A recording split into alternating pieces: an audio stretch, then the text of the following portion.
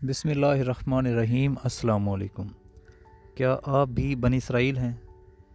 ناظرین، یہ ایک ایسا سوال ہے جس کا جواب ہم میں سے ہر ایک کو جاننا ضروری ہے۔ انشاءاللہ اس ویڈیو کو مکمل دیکھنے کے بعد آپ اس سوال کا جواب حاصل کر پائیں گے۔ میری بچپن کی عادت ہے کہ میں پریشانی یا ٹینشن میں کسی پارک میں چلا جاتا ہوں، ایک دو چکر لگاتا ہوں اور پھر کسی بینچ پر چپ چاپ بیٹھ جاتا ہوں۔ وہ بینچ میری ساری ٹینشن، میری ساری پریشانی کو چوس لیتا ہے اور میں ایک بار پھر تازہ دم ہو کر گھر واپس آ جاتا ہوں۔ میں اس دن بھی شدید ٹینشن میں تھا۔ میں نے پارک کا چکر لگایا اور سر جھکا کر بینچ پر بیٹھ گیا۔ تھوڑی دیر بعد ایک نیم خواندہ پشتون کسی سائڈ سے آیا اور بینچ پر میرے ساتھ بیٹھ گیا۔ اسے شاید بڑبڑانے کی عادت تھی یا پھر وہ خاموش نہیں بیٹھ سکتا تھا، چنانچہ اس نے مجھے بار بار انگیج کرنا شروع کر دیا۔ وہ کبھی آٹے کی مہنگائی کا ذکر کرتا تو کبھی ٹرانسپورٹ کے کرایوں کا رونا روتا اور کبھی لوگوں کے غیر اسلامی لباس پر تبصرے کرتا۔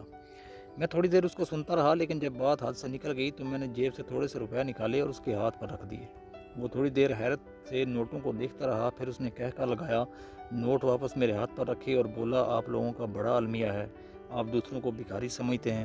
آپ کا خیال ہوتا ہے کہ آپ کے ساتھ اگر کوئی غریب شخص بات کر رہا ہے تو اس کا صرف ایک ہی مقصد ہے کہ وہ آپ سے بھیک لینا چاہتا ہے۔ بابو صاحب، مجھ پر اللہ کا بڑا کرم ہے، چوکیداری کرتا ہوں، روزی روٹی اللہ تعالیٰ دے دیتا ہے۔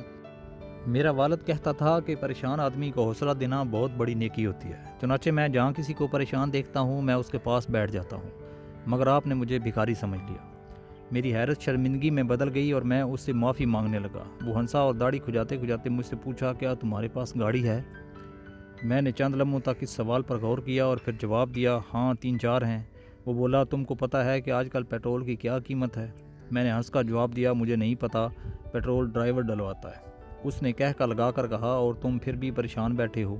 میں نے حیرت سے جواب دیا، گاڑی کا پریشانی کے ساتھ کیا تعلق بنتا ہے خان صاحب؟ وہ سنجیدہ ہو کر بولا، بڑا گہرا تعلق ہے۔ کیا مکان تمہارا اپنا ہے؟ میں نے جواب دیا، ہاں میرا اپنا ہے، بلکہ 3-4 ہیں۔ وہ مسکرایا اور پوچھا، کیا بیوی بچے ہیں؟ میں نے فوراً ہاں میں جواب دیا۔ اس نے پوچھا، بچہ لوگ کیا کرتے ہیں؟ میں نے جواب دیا، بیٹے اپنا کاروبار کرتے ہیں اور بیٹیاں پڑھ رہی ہیں۔ اس نے پوچھا، اور کیا تمہاری بیگم صاحبہ کی صحت ٹھیک ہے؟ میں نے فوراً جواب دیا، ہاں الحمدللہ ہم دونوں ٹھیک ٹھاک ہیں۔ وہ بولا، اور کیا خرچہ پورا ہو جاتا ہے؟ میں نے اوپر آسمان کی طرف دیکھا اور جواب دیا، الحمدللہ خرچے کی کبھی تنگی نہیں ہوئی۔ اس نے لگایا اور میرے بازو پر اپنا کھردرا ہاتھ رکھ کر بولا، اور بابو صاحب، آپ اس کے باوجود پریشان بیٹھے ہیں، آپ نے پھر بھی منہ بنا رکھا ہے، آپ کو پتہ ہے کہ آپ بنی اسرائیل ہو چکے ہیں۔ میں بے اختیار ہنس پڑا اور پہلی مرتبہ اس کی گفتگو میں دلچسپی لینے لگا۔ میں نے اس سے پوچھا، میں بنی اسرائیل کیسے ہو گیا اور بنی اسرائیل ہوتا کیا ہے؟